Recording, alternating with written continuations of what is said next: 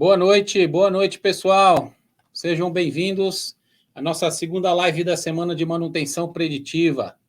Sejam muito bem-vindos. Vão colocando aí no chat de onde vocês estão assistindo a gente, enquanto a gente espera mais pessoas entrarem. Vão dizendo aí de onde vocês estão falando. Boa noite para vocês. Antes de iniciar, eu vou passar alguns recadinhos, tá? Legal, bastante gente aí já conectado. Vamos dando um tempinho aí para o pessoal entrar. O pessoal do Rio aí, em peso. Alegre, Espírito Santo. Ontem tinha gente de um monte de cantos aí do país. Castanhal, no Pará, Recife. É isso aí, galera. Charqueadas, os gaúchos também com a gente. Salvador, Bahia. É isso aí, gente. Sejam muito bem-vindos, uma boa noite para vocês. Eu sou Gilberto Sanches, do SKF College, e vou dar alguns recadinhos aqui para você antes da gente passar a palavra para o nosso querido Marconi na Semana da Manutenção Preditiva. Nós vamos colocar aí no chat um link para você entrar lá no SKF College, a produção vai colocar daqui a pouquinho aí um link para você entrar, você que perdeu, ou um amigo que perdeu a live de ontem, vai estar lá dentro do SKF College. Então, perdeu a live de ontem, já está aí no chat, já acabei de ver aí no chat. Você pode entrar lá e assistir a aula de ontem. E um detalhe, quando você entra lá, se cadastra na plataforma e termina o treinamento, você não precisa preencher a lista de presença, tá ok? Porque a gente já sabe que você assistiu, quanto tempo você ficou dentro da apresentação, ou seja, a plataforma nos dá todos os detalhes. Então, se você entrou, passou direto para o final, a plataforma te entrega. Então, assista a live lá até o final e a gente vai considerar a tua presença. Bastante gente ontem não conseguiu entrar por problemas aí no transporte para chegar. Então, gente, claro, entende isso e vamos disponibilizar o link lá no SKF College. Hoje a gente já está com bastante gente aí e vamos seguir normal, tá bom? Um detalhe, hoje também tem palavra passe para você colocar lá na sua lista de presença. A palavra passe é para colocar no formulário de presença, não é para colocar no chat. Se você colocar no chat, o nosso bot aqui, o robozinho do sistema, automaticamente apaga o comentário, até pode demorar um pouquinho, mas ele apaga o comentário e você fica bloqueado por 5 minutos na plataforma. Se for lá no finalzinho, você pode perder a sua chance de fazer a sua presença, de registrar a sua presença. Então, fique atento aí à palavra passe, anota a palavra passe e lá no final, a hora que a gente liberar a lista, você vai utilizar a palavra passe. Colocou no chat, o bot vai derrubar você por 5 minutos. Legal. E mais um recadinho para vocês. Amanhã tem sorteio, certo? Então, quem estiver com a gente hoje e amanhã tem sorteio, mas tem um detalhe.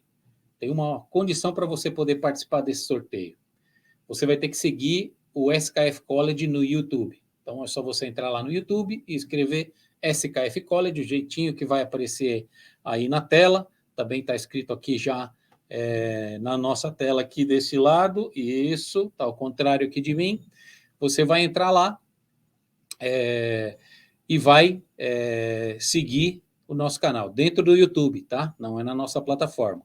Então, você entra no YouTube e escreve SKF College do jeito que está escrito aqui, tá bom? E aí você se inscreve. Na hora do sorteio, quem não tiver inscrito, perdeu, tá bom? Então, amanhã vocês entrem aí, ou hoje, depois da aula, vocês entrem lá no YouTube, façam a sua inscrição, para a gente poder rodar as lives de lá no futuro bem próximo. Ok? Produção, pode soltar aí a apresentação, por favor.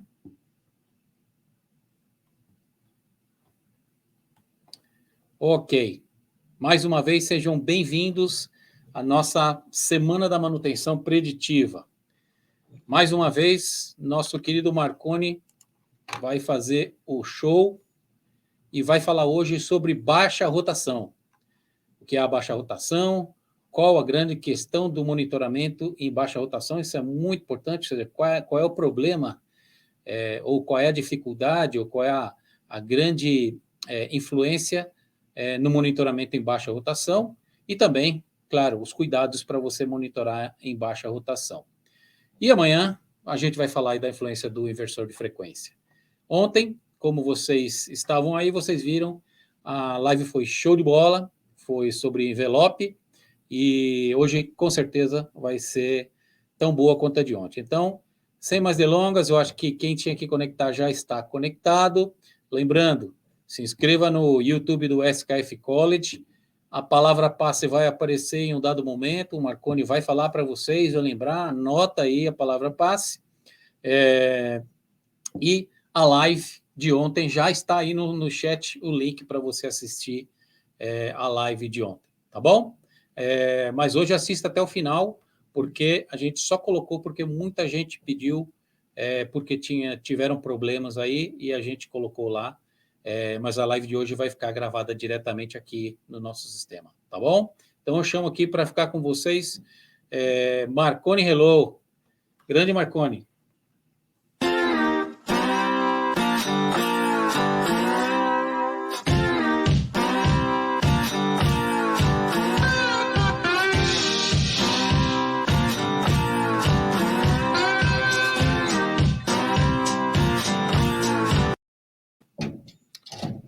Olá, pessoal, boa noite. Mais uma vez aí, sejam bem-vindos. A continuidade da nossa semana da manutenção preditiva.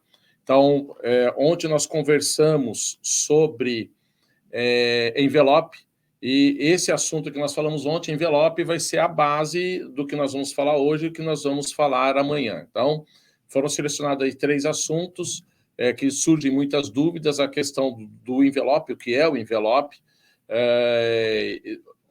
Outro assunto que surge muita dúvida é baixa rotação, e um terceiro assunto aí é a questão do sinal do inversor de frequência dentro do envelope, tá? Só um detalhe a respeito da aula de ontem. Quem não assistiu, como o Giba disse, aí vai estar disponível o link para vocês assistirem. Um detalhe a respeito do envelope, eu acabei não passando. Normalmente, quando eu falo sobre envelope nos treinamentos, eu acabo passando isso. Ontem na live eu acabei não passando. Isso que vocês estão vendo, pessoal, é um sinal de envelope de um rolamento trabalhando normalmente, tá? Então, o que eu vou ter de sinal? Eu vou ter um sinal ruidoso, sem frequência característica. É óbvio que esse ruído pode ser um atrito em excesso, mas como é que eu vou determinar se esse atrito está em excesso ou não? É pelo valor global, tá?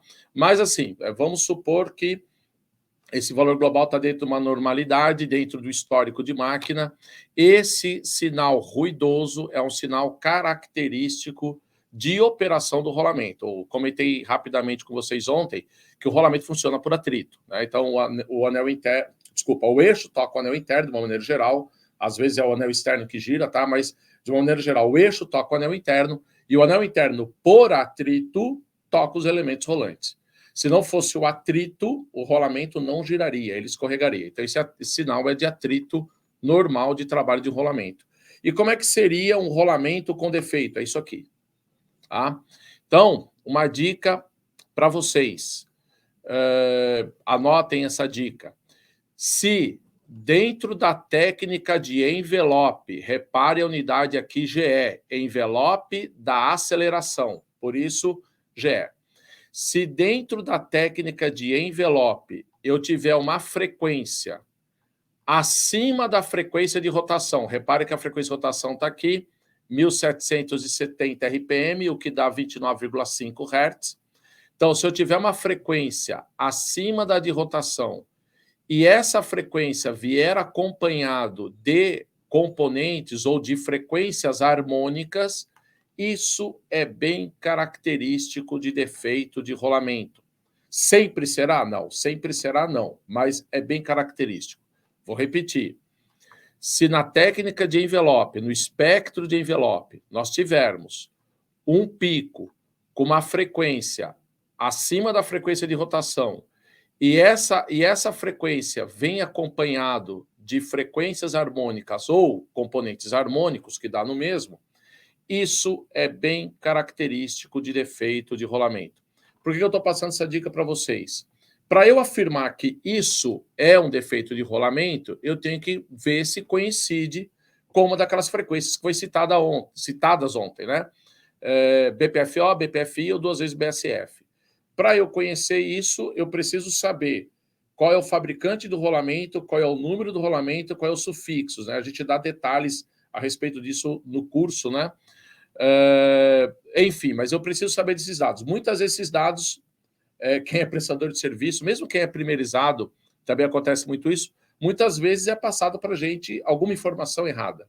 E aí você abre o espectro de envelope e vê esse comportamento característico, né, de defeito de rolamento e não coincide com nenhuma frequência de defeito do rolamento.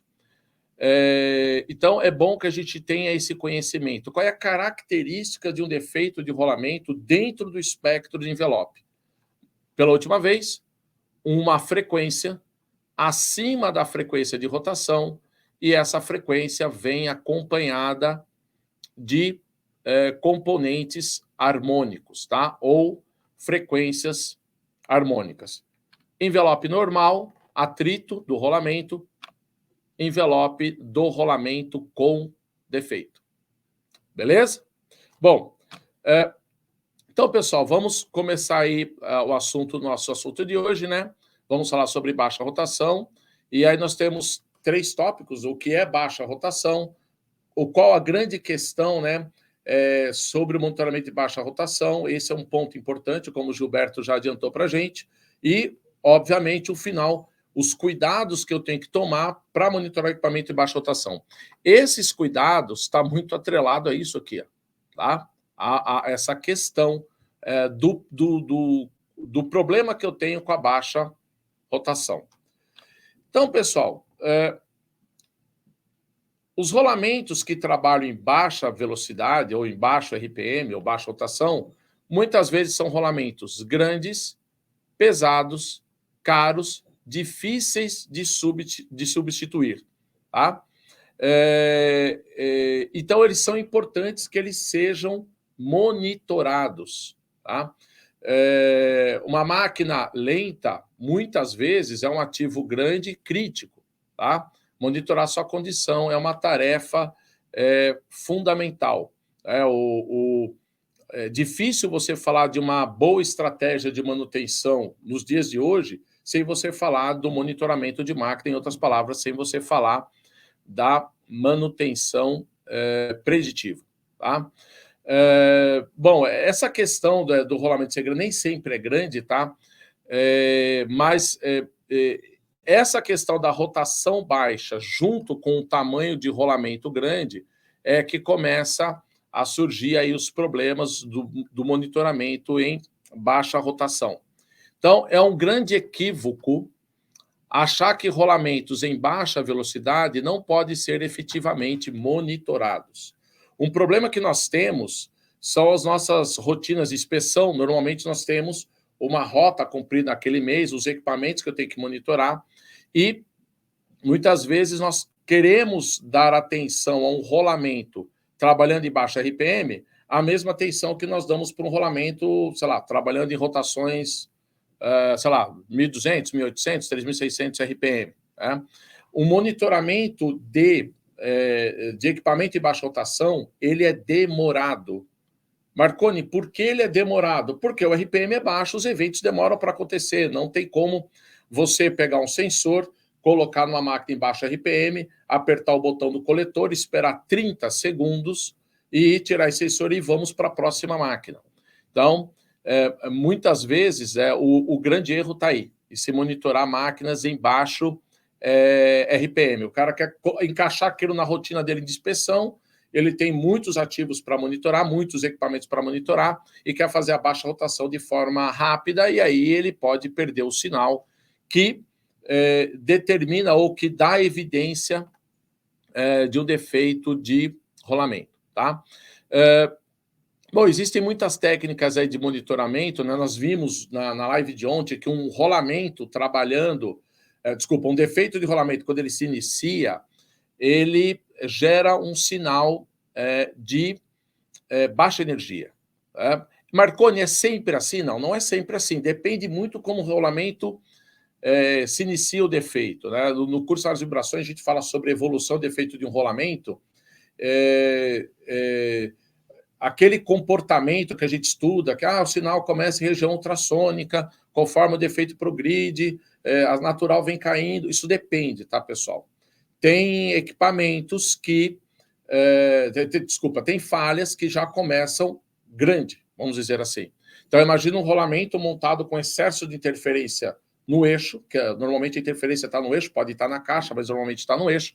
Com excesso de interferência no eixo, você põe a máquina para operar, o rolamento dilata, expande, quebra.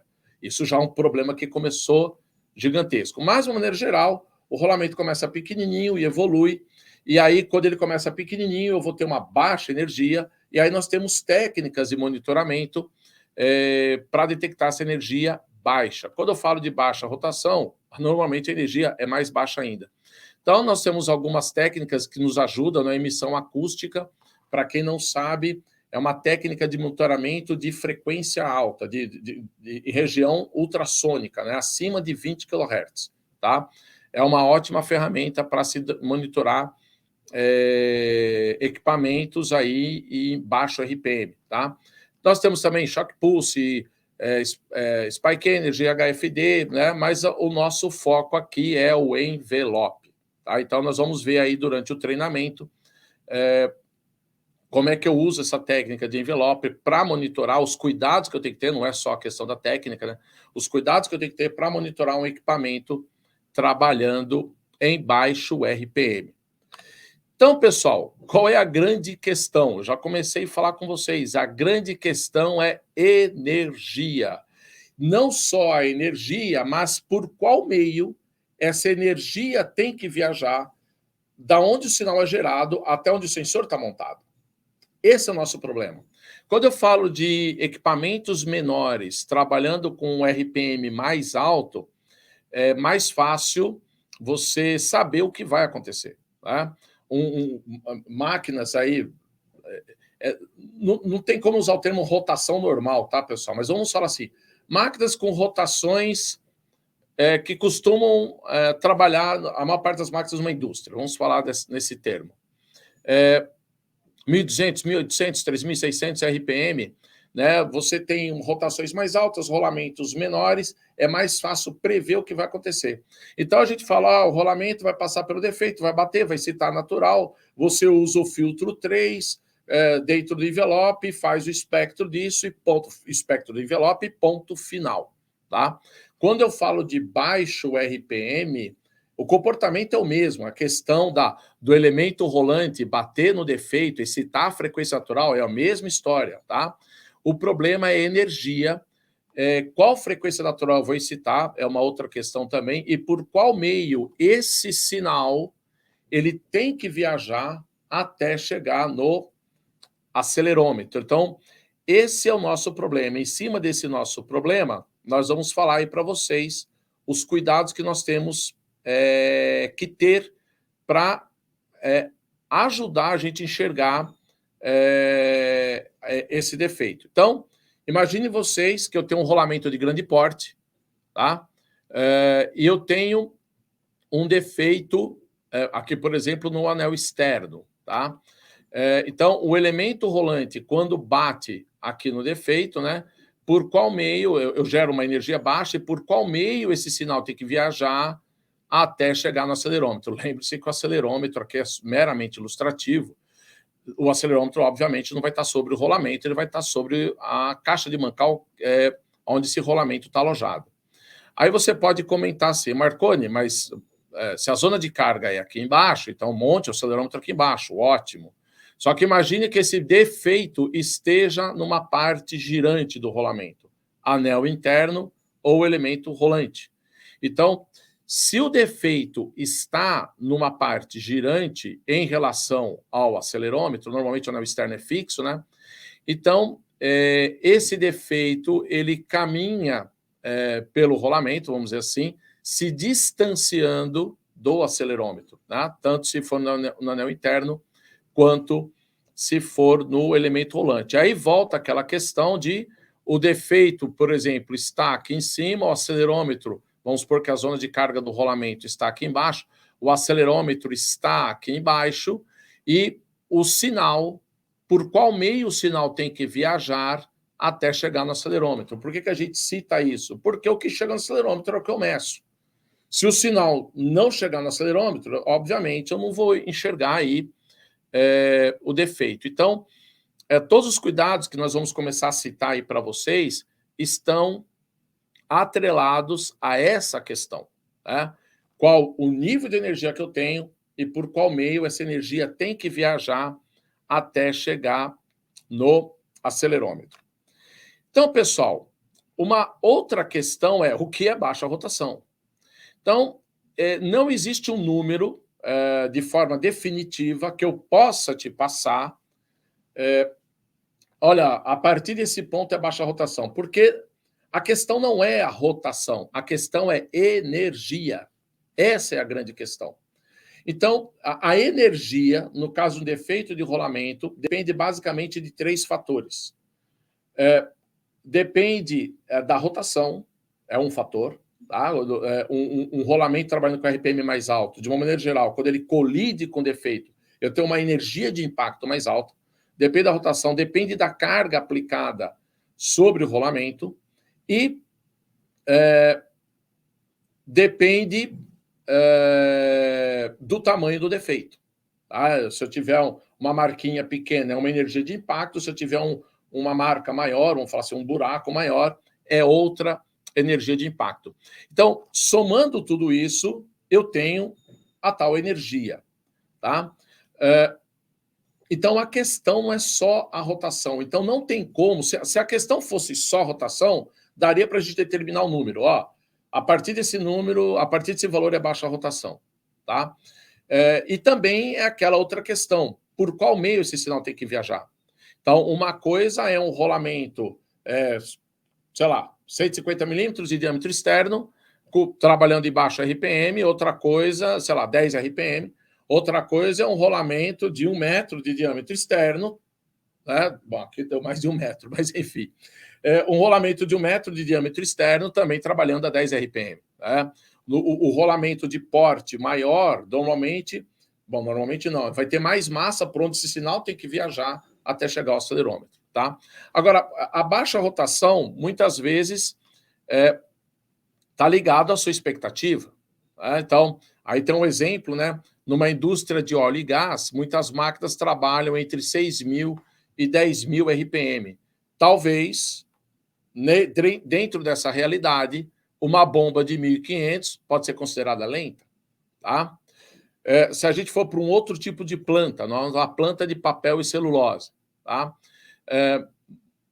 Boa parte aí da máquina, ou pelo menos as partes principais, os cilindros secadores, sei lá, pode estar trabalhando em torno de 300 RPM. Tá? E a mesma bomba, 1.500, pode ser considerada rápida, ou seja, tem uma rotação alta. Então, primeiro, isso depende da expectativa de quem está monitorando. Tá?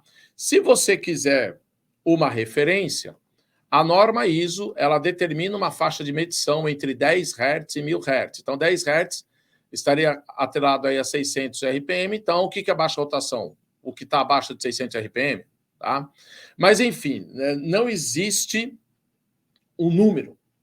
Tá? Se vocês quiserem, é uma sugestão marconiana, hein? Beleza? Sugestão marconiana. Marconi, a partir de que valor você começa a se preocupar com essa questão de baixa rotação? Eu, Marconi, abaixo de 100 ou abaixo de 80 RPM.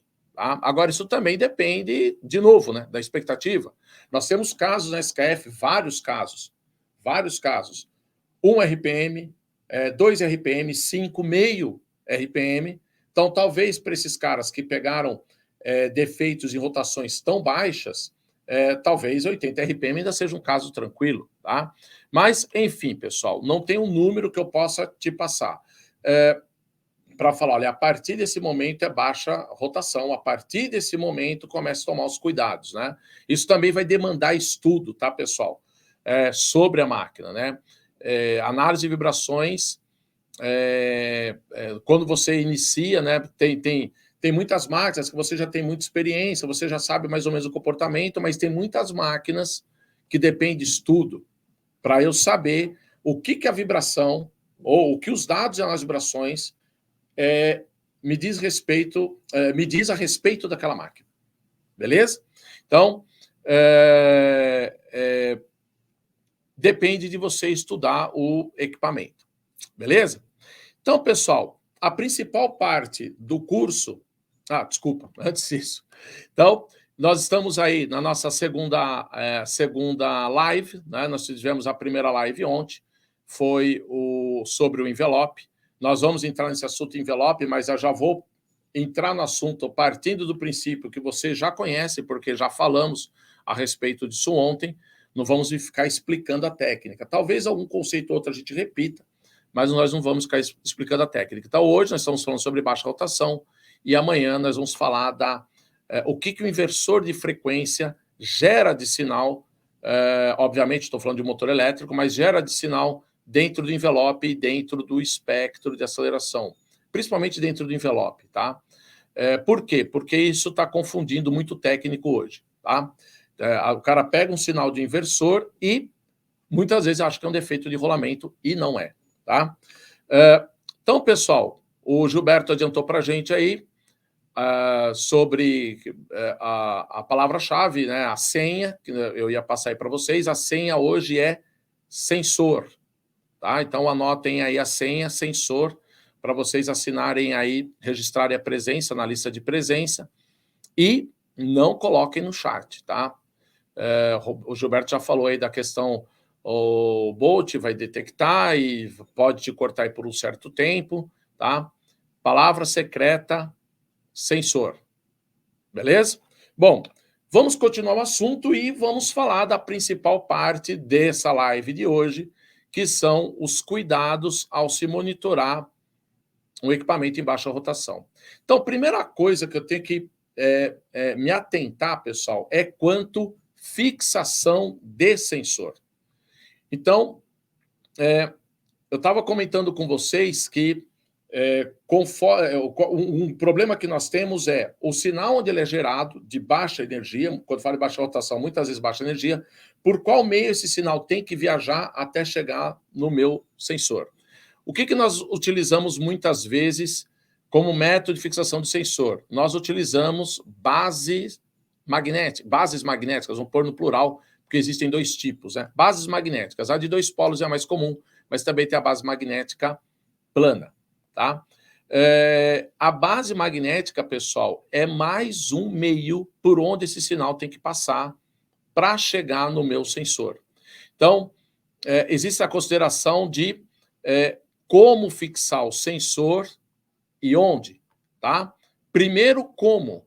Pessoal, o melhor método de fixação que tem é parafuso, tá? Então, quando eu falo de baixa rotação, muitas vezes o sinal gerado está em regiões ultrassônicas, tá? Um defeito de rolamento sempre gera um sinal de alta frequência, isso foi dito ontem. Existem algumas situações que, às vezes, o defeito já começa gerando um sinal de baixa frequência. Normalmente, o rolamento gera um sinal de baixa frequência quando o problema está mais agravado, mas tem situação que já começa dessa forma. Depende de como o defeito se inicia. Agora, se é um defeito que começa pequenininho e evolui, ele começa numa região de alta frequência, tá? Quando eu falo de baixa rotação, essa região de alta frequência, ela muitas vezes encontra-se em regiões ultrassônicas, acima de 20 kHz, tá? Então, a gente vê lá em análise de vibrações nível 1, para quem já assistiu o curso, que conforme a frequência sobe do sinal, o deslocamento cai, a aceleração se eleva, tá? Então, quando eu tenho um sinal de frequência muito alta, eu tenho um movimento muito pequeno, tá? Um deslocamento muito pequeno. Então, quanto melhor a fixação do meu sensor com a superfície, melhor a transmissão desse sinal, além de eu eliminar mais um meio por onde o sinal tem que passar, que é a base magnética. Então, parafusar o sensor é a melhor condição. Marconi, eu não tenho como parafusar o sensor, eu não tenho parede no mancal suficiente para abrir um furo e abrir rosca. Então, o segundo melhor meio é colar o sensor diretamente sobre o mancal com adesivo à base de epóxi. Tá? Se você pegar ali a apostila da SKF, fala de 3M DP420, ou um adesivo à base de cianocrilato, né? Não estou aqui fazendo propaganda, mas para quem não conhece, Super Bonder. Tá? Mas enfim, parafusar o sensor é a melhor condição. E onde parafusar esse sensor? Na zona de carga do rolamento. Então, nós vemos lá no curso de rolamentos, né? Isso são informações que se somam, né? Nós vemos lá no curso de rolamentos que o rolamento ele tem uma folga interna, beleza? Se ele tem uma folga interna, ele não se apoia em toda a sua volta, ele se apoia numa região. Essa região onde o rolamento se apoia, nós chamamos de zona de carga do rolamento. Por que colocar o sensor da zona de carga é a melhor condição? Porque é onde eu vou ter o maior energia de impacto. O sensor vai estar o mais próximo possível, onde eu vou ter uma maior energia desse impacto e, consequentemente, eu vou capturar melhor esse sinal. Tá? Então, melhor condição é parafusar sensor na zona de carga. Marconi, eu não sei onde é a zona de carga do rolamento. Então, pegue vários pontos ao redor do mancal. Marconi, quantos pontos? Aí vai depender do tamanho do rolamento. A gente tem casos aqui na SKF de pegar defeito de rolamento com 5 metros de diâmetro. São aquelas tais coroas de orientação. Se bem que uma coroa de orientação sempre tem que pegar vários pontos, porque a zona de carga é na volta toda. Né? É um rolamento puramente axial. Às vezes ele tem também apoio radial, mas a maior parte da carga é axial e ele é apoiado na volta toda, então a zona de carga sempre é na volta toda. Mas rolamentos radiais, eu tenho uma região chamada de zona de carga, apoie na zona de carga, não sabe onde é a zona de carga, pegue vários pontos ao redor do mancal. Né? Quantos pontos? Não dá para definir, né? Depende do tamanho do rolamento. Isso também depende de estudo. Tá? Então, sei lá, pega 3 pontos ou 4 pontos, enfim. Vai depender. Então, outro detalhe sobre fixação de sensor, pessoal, se você passar um filme de graxa entre o sensor e a superfície do mancal, isso também melhora muito a transmissão de sinal. Então, olha só, eu tenho aqui as irregularidades de superfície do mancal. Eu tenho aqui as irregularidades de superfície do meu sensor.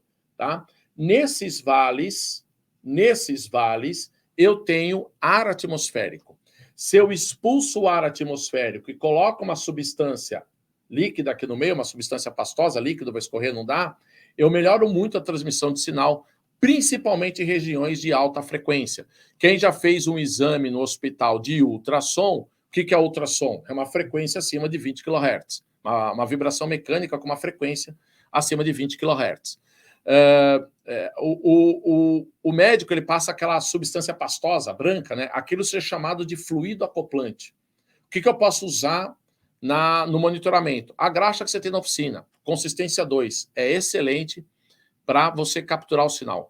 Então, o sensor fixado com parafuso na zona de carga, com filme de graxa entre o sensor, é um filme, tá, pessoal? Coloca a graxa, pressiona o sensor contra a superfície, gira, você expulsa o excesso, sobra um filme. Tá? O que vai sobrar? O que cabe nas irregularidades de superfície. Então, o sensor na zona de carga parafusado com filme de graxa é a melhor condição. É óbvio que se eu não for parafusar e eu for usar um adesivo direto, né? É óbvio que eu não vou colocar graxa, nem vai permitir, né, que a cola fixe o sensor, né? A cola vai se soltar. Beleza? Bom, então, esse é um ponto importantíssimo. Marconi, eu não tenho como nem colar sensor, nem como parafusar, eu vou usar a base magnética. Vou pegar o sinal? Pessoal, eu não posso afirmar que você não vai pegar o sinal. O que eu posso afirmar é prejudica a captura. Então, aqui no próximo slide, nós temos aí um exemplo, né? Um sensor fixado por parafuso, um sensor com base magnética, olha, um exatamente ao lado do outro, olha a diferença de sinal. Talvez não dê para vocês verem aí, não sei qual tamanho de imagem está aparecendo para vocês, de repente até alguém acompanhando pelo celular, mas esse fundo de escala está exatamente igual a esse aqui, tá? Olha a diferença de captura de sinal, só por causa do método de fixação, é o mesmo modelo de sensor, tá? Um do lado do outro, para não falar, está mais longe e pegou menos sinal por causa disso. Não, um do lado do outro, tá? Olha a diferença de energia capturada. Então, o sensor parafusado é a melhor condição. E outra coisa é zona de carga. Tá? Então, esse sensor ele está na zona de carga, esse sensor está fora de zona de carga. Mais uma vez, estamos falando do mesmo fundo de escala. Olha a diferença de captura de sinal.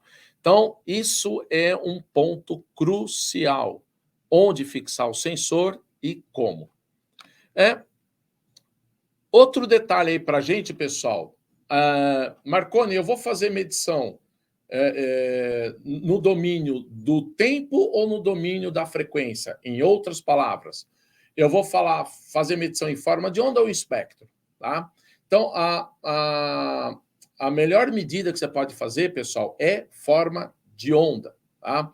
Quando eu tenho um sinal de baixa frequência, por causa daquela questão que eu estava explicando agora há pouco, se o defeito tiver, por exemplo, numa parte que rotaciona em relação ao sensor, né? Se o defeito está numa parte que rotaciona em relação ao sensor, dependendo do nível de energia e dependendo por qual meio essa energia tem que viajar, de novo, né? É a tal grande questão, pode ser que ora você tenha sinal e ora você não tenha sinal. Então, essa intermitência, intermitência será uma maior palavra, mas essa questão que hora eu posso ter sinal, hora eu posso não ter sinal, se você aplicar transformado de Fourier, pode ser que no espectro você não veja frequência alguma. Então, a melhor ferramenta é forma de onda. Marconi, posso fazer o espectro? Pode, não estou falando para você não fazer o espectro. O que você não pode fazer é dispensar a forma de onda. Tá? E antes que eu me esqueça, pessoal, Marconi, eu posso fazer um único setup de medição e nesse setup coletar tanto a forma de onda quanto o espectro? Pode, só que, pessoal, o período é o inverso da frequência, a frequência é o inverso do período. Dificilmente você vai conseguir montar você vai conseguir montar um setup que tanto o espectro quanto a forma de onda vai te apresentar um bom sinal ou vai ter um fundo de escala adequado para você enxergar bem o sinal. Então, se você quiser ter um bom setup de espectro, um bom setup de forma de onda, façam 2 setups distintos. Agora, se eu for fazer um setup único e for pedir para o meu sistema, né, a plataforma que eu uso, coletar tanto espectro quanto forma de onda, faça um setup pensando na forma de onda, no domínio do tempo, né? Então, olha só, o que pode acontecer é isso daqui, tá, pessoal? O defeito está passando aqui, ó, pelo acelerômetro, então eu gero os pulsos, aí o defeito vai caminhando, e, de repente, não tenho mais pulso, tá? E aí, se você tem um sinal intermitente, que essa hora não acontece, pode ser que na transformada de Fourier você não tenha o sinal ou a frequência que daria para você a evidência do defeito. Outra questão aqui, pessoal, é eliminar médias, beleza? Então, lá a gente vê lá no curso de análise de vibrações que, por exemplo, eu peço para o sistema fazer 4 médias. Então, ele captura 4 amostras, vamos dizer assim, de forma bem rápida, ele captura 4 amostras e tira a média daquelas amostras. Então, eu tenho uma amostra aqui com sinal, depois eu posso ter uma amostra, imagina esse gráfico sem sinal nenhum, limpo. Eu posso ter uma amostra sem sinal, uma outra sem sinal e uma outra sem sinal. Pedi para fazer 4 médias. Então,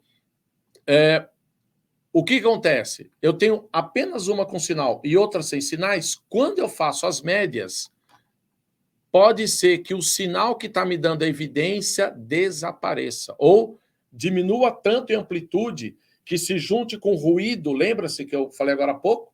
Que o rolamento ele gera um sinal de atrito, é normal do trabalho do rolamento ter o atrito. Então, o sinal pode se confundir ali com o carpete de espectro, ou mesmo na forma de onda também aparece esse sinal. Vamos falar de forma de onda, né? O sinal se confunda com o carpete dentro da forma de onda e você não observe, tá? Então, elimine as médias. Marconi, o software que eu tenho não tem como eliminar médias. Se ele tiver como, pelo menos, você setar a quantidade de médias, coloque uma média. Tem sistemas que são pré-configurados. Tem sistemas que você não vai conseguir fazer isso. Mas também teria que avaliar o sistema, né, ou a plataforma, melhor dizendo, se ela é adequada para se monitorar baixo RPM. Beleza?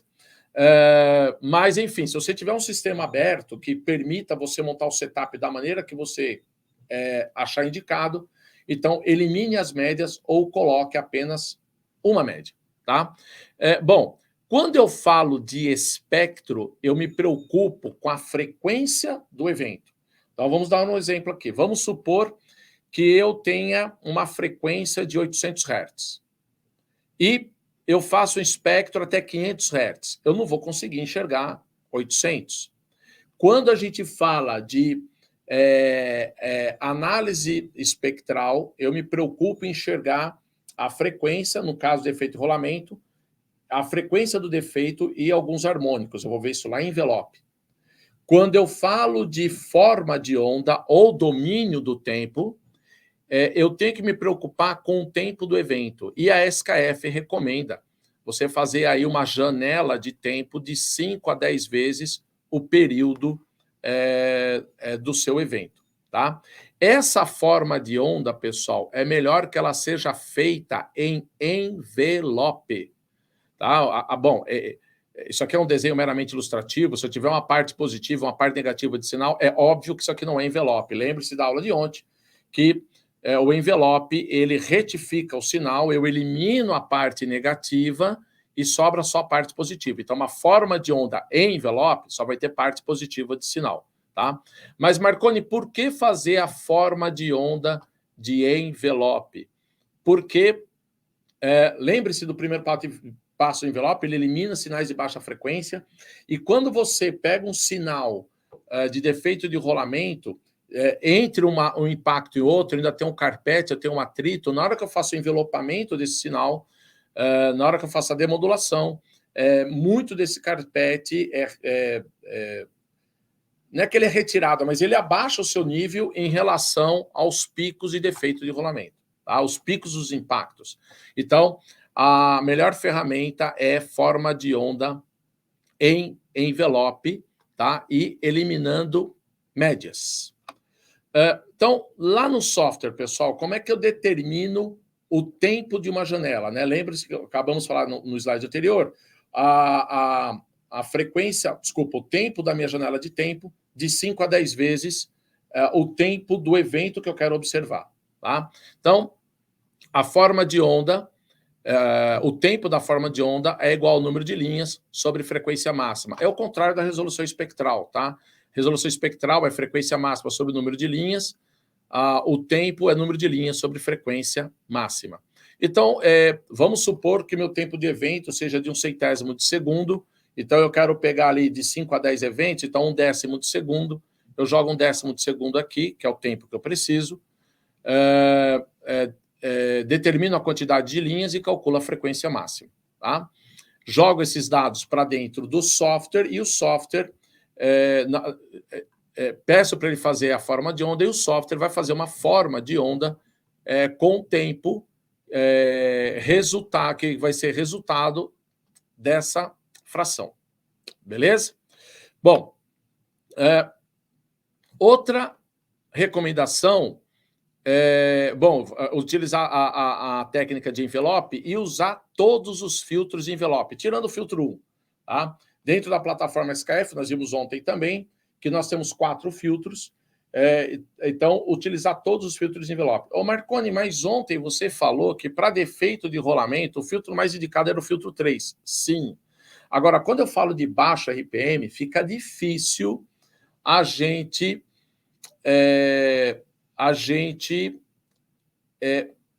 predizer que sinal eu vou gerar. A gente fala assim de maneira ilustrativa, quando o elemento rolante passa um defeito, bate defeito, gera um impacto e se cita a frequência natural do rolamento, dá a impressão que o rolamento é uma única frequência natural. Na realidade, tem muitas. Qual frequência natural eu vou excitar depende de como eu bato. Então, quando você tem uma energia de impacto muito pequena, estamos falando aí de baixa rotação, pode ser que essa energia de impacto ela excite pequenas estruturas em volta do defeito, na hora que o impacto ocorre, e essas pequenas estruturas de massa muito pequena excitam frequências naturais altíssimas, muitas vezes na região ultrassônica. Então fica difícil falar para você, pode pôr o filtro 3 que vai dar certo. Tá? Então, melhor condição, use todos os filtros, tirando o filtro 1, tá? E faça a forma de onda em envelope, tá? É um erro, muitas vezes a gente comete um erro, né, de achar, baixa RPM, então eu vou ter frequências baixas, medir velocidade de deslocamento. Não, pessoal, isso é incorreto, tá? Mesmo em baixas rotações, o sinal é de alta frequência. Por quê? O rolamento está excitando frequências naturais e o rolamento é feito de um aço muito duro. Sendo muito duro, normalmente elementos duros têm frequências naturais altas. Tá? Não tem como você dar um tapinha numa taça de cristal e escutar um som grave. Você vai escutar um som agudo. Por quê? Por causa da dureza. É óbvio, tem a questão da massa também. Mas, normalmente, elementos duros têm frequências naturais altas. A gente estuda isso aí lá em análise de vibrações de nível 2, quando a gente fala sobre ressonância. Tá? Então, a aceleração é a melhor medida, mas a gente tem problemas com a aceleração, que é o ruído de fundo, o tal carpete. E aí eu já adiantei para vocês que quando eu faço o envelope, muito desse carpete se reduz em relação à amplitude dos picos. Isso melhora muito a visualização do sinal, né? Se eu fizer simplesmente em aceleração, uma forma de onda de aceleração, esse carpete ele pode se sobressair em relação ao sinal de efeito de rolamento, pode atrapalhar a visualização. Beleza? Então, a técnica de envelope, né, filtro e demodula, tá? Se eu fizer uma forma de onda de envelope, eu vou ter aqui, né, apenas a parte positiva do sinal, mostrando os picos de defeito do rolamento. Eu pegando o período entre um impacto e outro, colocando aqui 1 sobre período, eu chego na frequência. Tá? E aí eu observo se é uma frequência condizente com o elemento rolante, com pista externa ou pista interna. Essa conta eu falei para vocês, eu coloco 1 sobre período, na realidade o software faz isso para a gente, de uma maneira geral, o software mostra isso, mas a priori a análise é essa, né? Qual é a frequência referente a esse período. E por fim, pessoal, configurar o coletor em modo contínuo de medição. Porque, olha só, lembre-se que eu falei agora há pouco, se ora eu tenho sinal e ora eu não tenho sinal, a melhor coisa é você deixar o coletor medindo continuamente e ficar olhando para a tela do coletor. Então, muitas vezes, o sinal vai estar lá na sua tela, você não tem sinal, não tem sinal, não tem sinal, daqui a pouco pulso, opa, gravei o sinal. Beleza? Por quê? De novo, você pode ter um defeito que ele caminha, ou ele se movimenta em relação à posição do sensor. Ora você pode ter sinal, ora você pode não ter sinal. E esperar que o eixo dê pelo menos 3 voltas. Então você vai abrir medição. A partir do momento que o coletor mostra para você, né, o da SKF coloca lá, coletando dados, tá? Não sei outras plataformas como funciona isso, mas o SKF coloca lá, coletando dados. A partir de que coloca lá, coletando dados, eu começo a contar um tempo que seja suficiente para que o elemento, para que o eixo dê 3 voltas, tá? Por que isso, pessoal? Por causa disso daqui, ó. Espera que eu volto nesse slide. Deixa eu só terminar esse raciocínio. Por causa disso. Normalmente, uma gaiola gira em torno de 0,4 vezes a rotação de eixo. Então, imagine que esse eixo ele está virando no sentido anti-horário, tá? Então, quando o eixo dá uma volta completa, a gaiola andou 40% de uma volta. O eixo dá uma segunda volta, a gaiola andou 80% de uma volta. A cada volta, 0,4. O eixo completou uma terceira volta, aí a gaiola andou mais que uma volta. Não estou falando de isso em relação a defeito de gaiola, né? Defeito de gaiola não é detectável por análise de vibrações. Você não tem um sinal que você possa observar e afirmar, isso é gaiola. Às vezes aparece um sinal que você pode atrelar a gaiola, mas não tem um sinal que você pode bater o pé e falar, isso aqui é defeito de gaiola. Agora, a questão é o elemento rolante. O elemento rolante, ele translada o rolamento junto com a gaiola. Então, se eu esperar o eixo dar pelo menos 3 voltas, eu sei que em algum momento todos os elementos rolantes passaram pelo sensor. Porque vai que o defeito está no elemento rolante. É mais fácil estar nas pistas, mas vai que está no elemento rolante. E essa configuração, pessoal, pelo menos dentro da plataforma SKF, de você colocar o coletor em modo contínuo de medição, essa configuração é feita dentro do coletor, não é feita dentro do software. Então, eu vou lá em rota, vou em configuração de rota, lá em configuração, mostrar atualização de dados, colocar em modo contínuo. Se você trabalha com outra plataforma, veja na sua plataforma a possibilidade de você fazer isso daí, é a melhor condição para se analisar baixa rotação. Então, pessoal, esses cuidados todos é referente...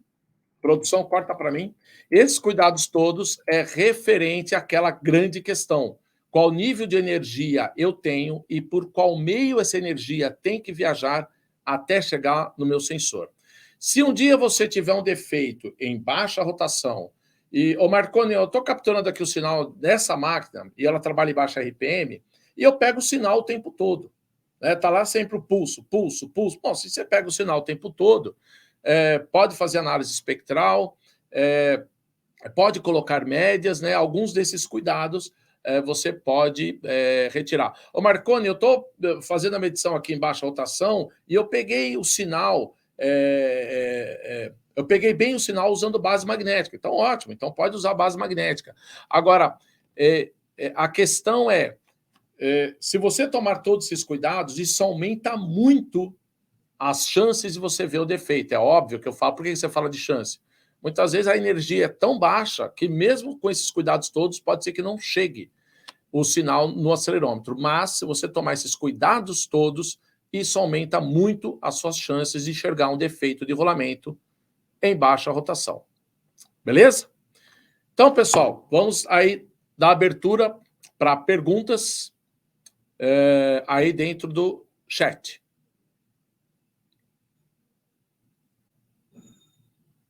Produção?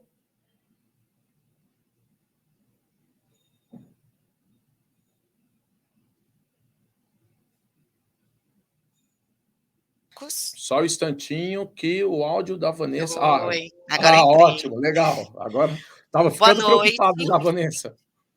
Temos perguntas, algumas indagações que abrem discussões como ontem, tá? Sim. Eu queria primeiro dar um recado. As aulas que foram feitas ontem e hoje, nós vamos estar disponibilizando o material delas a partir de amanhã na plataforma do SKF College. Após a última live amanhã, a gente vai até pode colocar o link no chat, mas a gente já libera para vocês. Alguns perguntaram se vai ter acesso, né, ao material. Amanhã a gente vai liberar. Agora eu vou às perguntas, tá bom, Marconi? Sim. Qualquer coisa você pede para eu repetir. Beleza.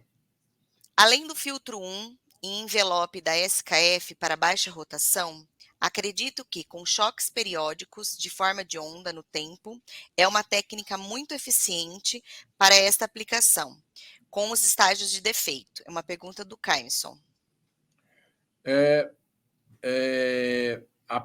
Você pode repetir o final? Através de choques periódicos? em forma de onda no tempo é uma técnica muito eficiente para esta Não, aplicação. é exatamente o que nós citamos.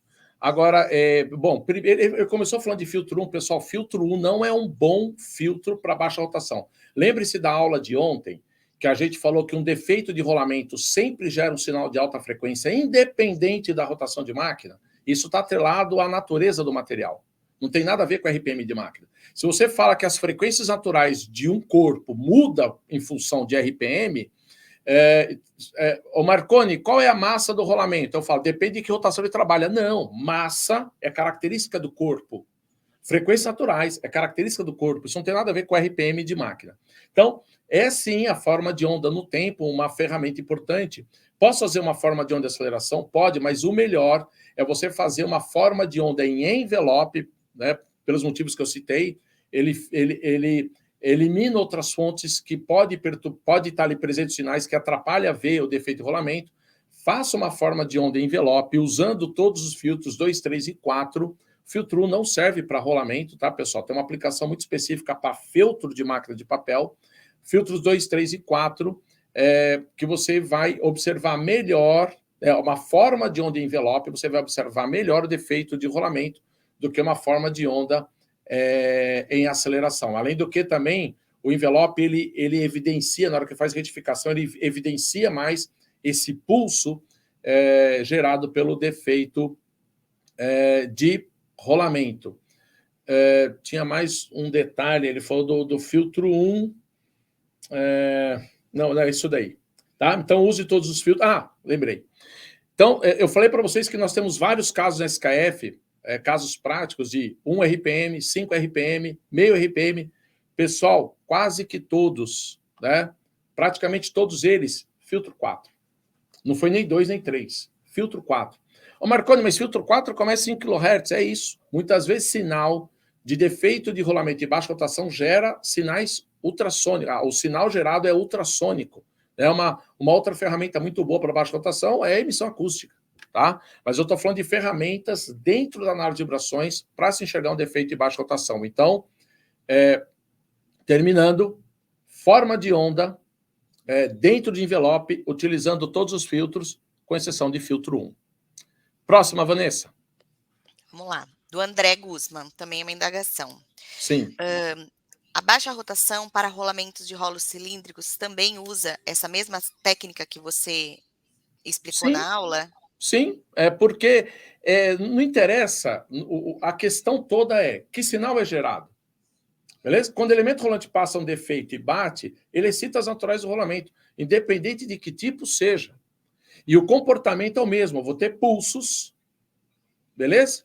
Eu vou ter pulsos referente ao período, né, dos impactos. A cada elemento rolante passando sobre o defeito, ele gera impacto. Esse impacto é um sinal de alta frequência. Os rolamentos e rolos têm aço duro. Os aços são duros tanto quanto rolamentos de esferas, isso não muda, tá? E eu vou ter um sinal de alta frequência, o comportamento é idêntico, independente do tipo de rolamento. Então, são os mesmos cuidados, tanto faz se o rolamento é de rolo ou de esfera. É mais comum de rolo, né? Por causa de baixa RPM, normalmente carga alta, é mais comum rolamento de rolos mais... Pode ser rolo ou esfera, tanto faz, o comportamento é o mesmo. Vou para a próxima. Também é uma pergunta do Caimson. Em problema de pista externa em baixa rotação, muitas empresas mudam a zona de carga para acompanhamento. Quais são os riscos e cuidados que devemos tomar? Então, olha só. Isso daí tem, dependendo da máquina, tem máquina que, independente do que a preditiva está enxergando, ele já tem isso dentro do seu plano de manutenção. Eu posso mudar a posição de anel externo, porque aquela parte que já sofreu algum dano, eu posso mudar a posição de anel externo para tirar o dano da zona de carga, né? Muitas vezes, baixa rotação, a parte que não está carregada nem tem marca de trabalho. Você vê ainda a marca do brunimento na superfície do rolamento, a marca da usinagem, né? Então, pode ser feito. Marconi, posso ter algum risco? Agora depende de quão está danificado o seu rolamento.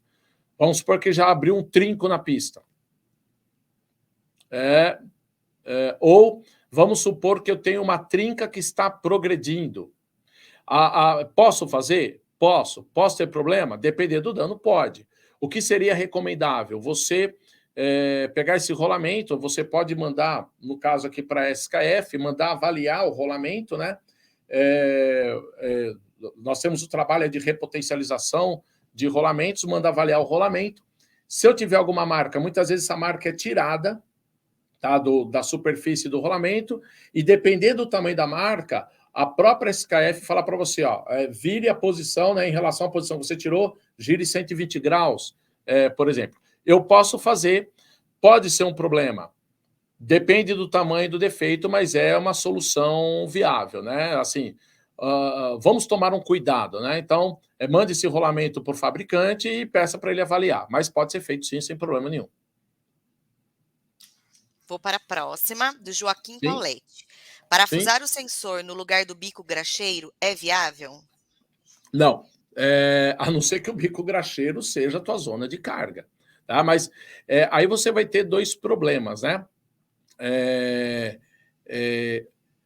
Quando eu falo de fixação, deixa eu falar mais um detalhe para vocês aqui. Quando eu falo de fixação de sensor, quando eu quero detectar sinal de alta frequência gerado por um defeito de rolamento, a melhor condição é o sensor apontando para o centro do eixo. Isso a gente vê lá nas vibrações nível 1.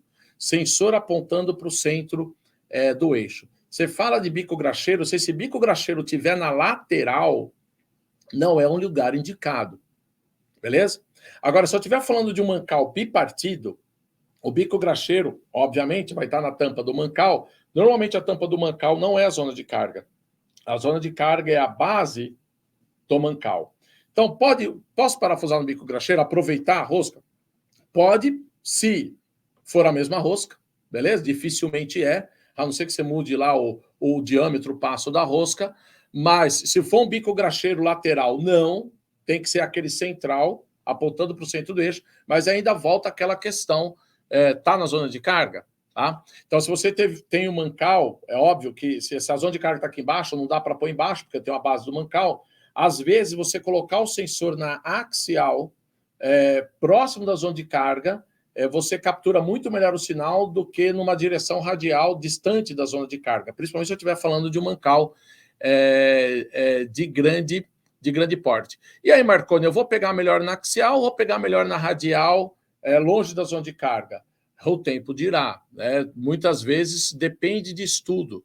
Um caso clássico é você ter redutores de grande porte, né? A direção radial é muito longe do rolamento. Muitas vezes você pega o sinal muito melhor na axial, mesmo que não seja na direção radial, você pega o melhor sinal na axial do que na radial, devido à proximidade que você fica aí do rolamento. Beleza? Então, pode pôr no bico de graxeiro? Pode, mas tem essas considerações que eu fiz aí. Vou para a próxima. Wellington Francisco. Por que aceleração e envelope geralmente são coletados na horizontal? Então. Isso daí... Vamos lá, pessoal.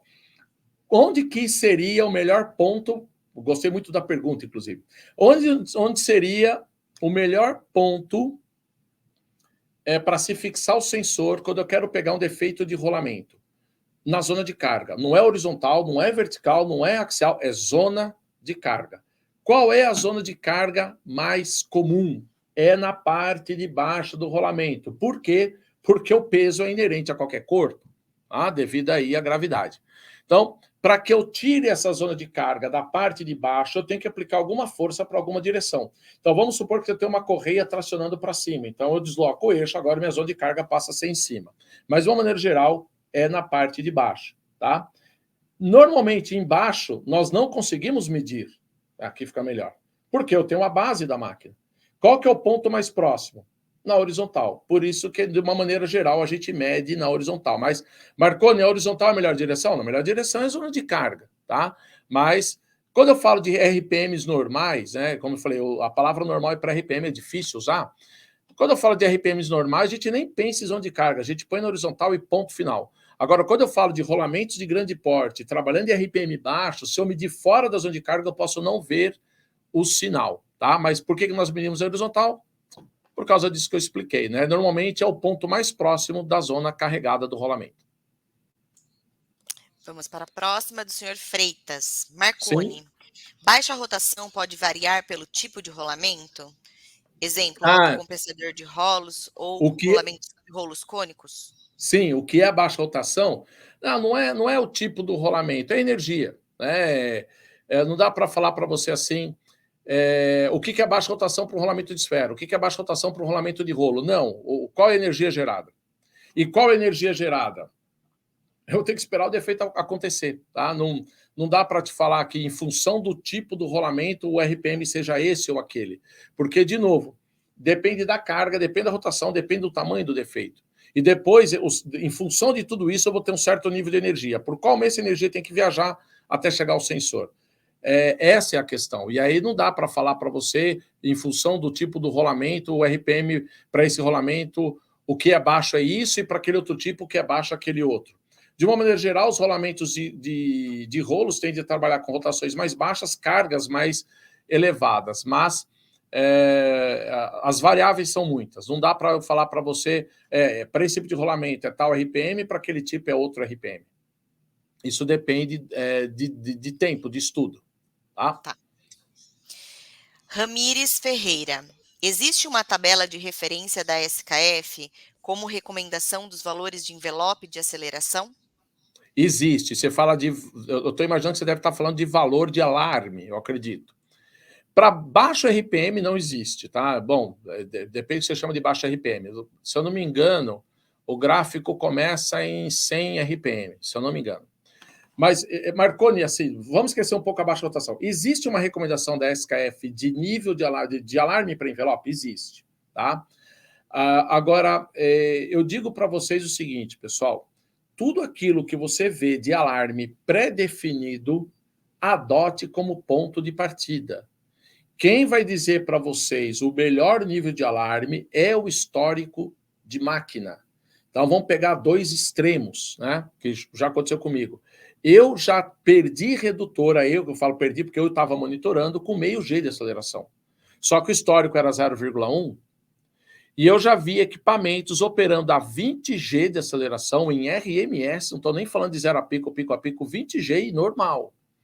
Então, é difícil você querer estipular um valor, olha, pode adotar esse alarme que isso daqui vai funcionar para a tua máquina. Depende, tá, pessoal? Então, tudo que eu vejo, a própria norma ISO, tudo que eu vejo de alarme pré-definido, eu adoto como ponto de partida. Existem exceções, né? Não dá tempo para citar agora para vocês, existem exceções. Tem situação que eu já ligo a máquina sabendo que nível eu posso chegar de vibração, mas são situações bem específicas. De uma maneira geral, quem vai determinar o melhor nível é o histórico de máquina, né? Era melhor... lá no nível 2 de vibração, a gente explica melhor a situação. Aqui tem muitos detalhes para serem explicados. Aqui é uma live rápida, né? Mas resposta rápida depende do histórico. Vamos lá, mais uma pergunta. Qual Sim? a diferença entre pico a pico real? Essa é uma boa questão. Olha só, pessoal, pico a pico real é você pegar a forma de onda e dentro da forma de onda você pegar o valor de máximo positivo a máximo negativo. Beleza? Agora, existem instrumentos, né?